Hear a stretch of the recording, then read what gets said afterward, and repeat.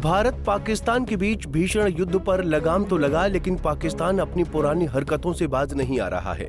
पहलगाम आतंकी हमले के बाद भारत ने ऑपरेशन सिंदूर के तहत पाकिस्तान में खूब तबाही मचाई।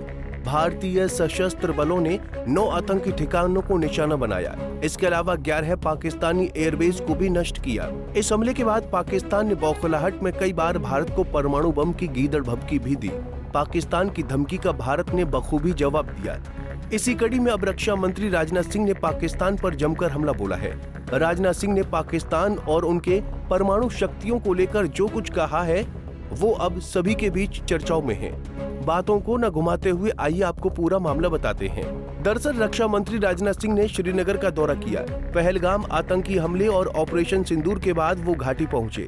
राजनाथ सिंह ने घाटी पहुंचकर सेना के जवानों से मुलाकात की और उनका हौसला बढ़ाया। श्रीनगर पहुंचे रक्षा मंत्री राजनाथ सिंह ने कहा कि दुनिया जानती है कि हमारी सेना जब निशाना लगाती है तो वो गिनती करने का काम दुश्मनों पर छोड़ देती है। पूरी दुनिया ने देखा है कि पाकिस्तान ने अनेक बार भारत को एटमी बम की धमकी दी। उन्होंने कहा कि पाकिस्तान के परमाणु हथियारों को IAEA की निगरानी में लेना चाहिए। दुनिया जानती है हमारी सेनाओं का निशाना अचूक है और जब वो निशाना लगाते हैं तो गिनती करने का काम वह दुश्मनों पर छोड़ देते हैं।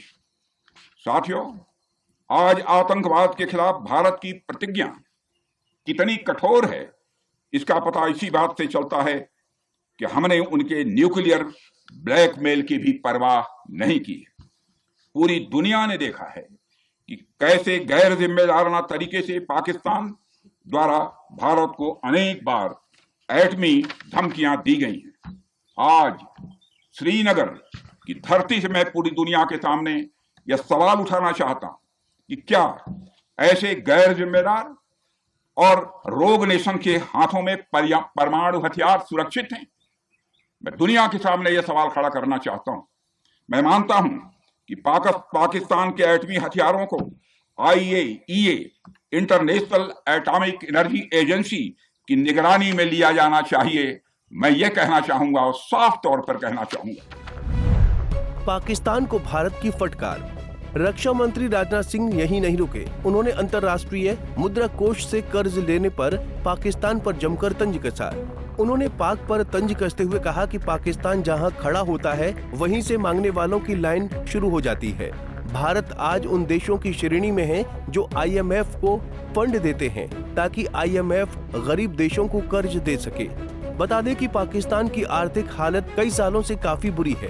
वो पहले से ही विश्व बैंक और अंतर्राष्ट्रीय मुद्रा कोष की मेहरबानी पर चल रहा है। भारत पाकिस्तान के बीच तनाव अब चरम पर था, तभी पाकिस्तान ने अंतर्राष्ट्रीय मुद्रा कोष के सामने हाथ फैला दिए। पाकिस्तान की गीदड़ भभकी का भारत पर कुछ खास असर देखने को नहीं मिला। भारत पहले ही साफ कर चुका है कि वो परमाणु धमकी नहीं सहेगा। इसी कड़ी में बीते दिन PM मोदी भी आदमपुर एयरबेस जा पहुंचे। उन्होंने आदमपुर एयरबेस पहुंचकर भारतीय जवानों की हौसला अफजाई की।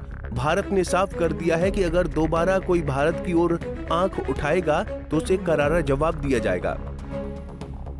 भारतीय सेना ने ऑपरेशन सिंदूर के तहत पाकिस्तान में जमकर तबाही मचाई। भारत ने पाकिस्तान के कई एयरबेस को बुरी तरह से तबाह किया।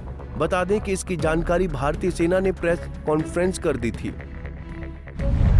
भारत की कार्रवाई से पाक को भारी नुकसान। पहलगाम आतंकी हमले के बाद भारत ने पाक पर जमकर हमला बोला है।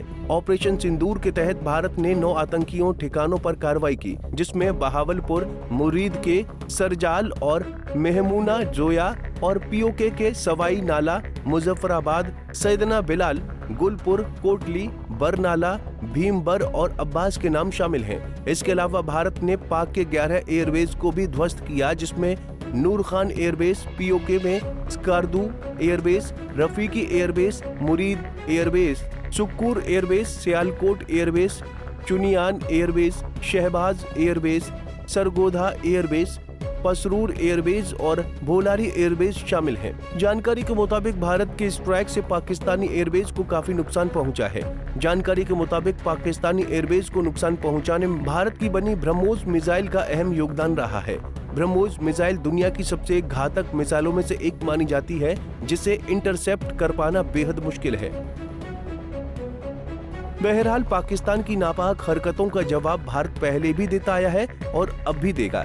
ऐसे में अगर वाकई IAEA पाक के परमाणु हथियारों को नियंत्रण में ले लेता है तो पाकिस्तान की शक्ति शून्य हो जाएगी।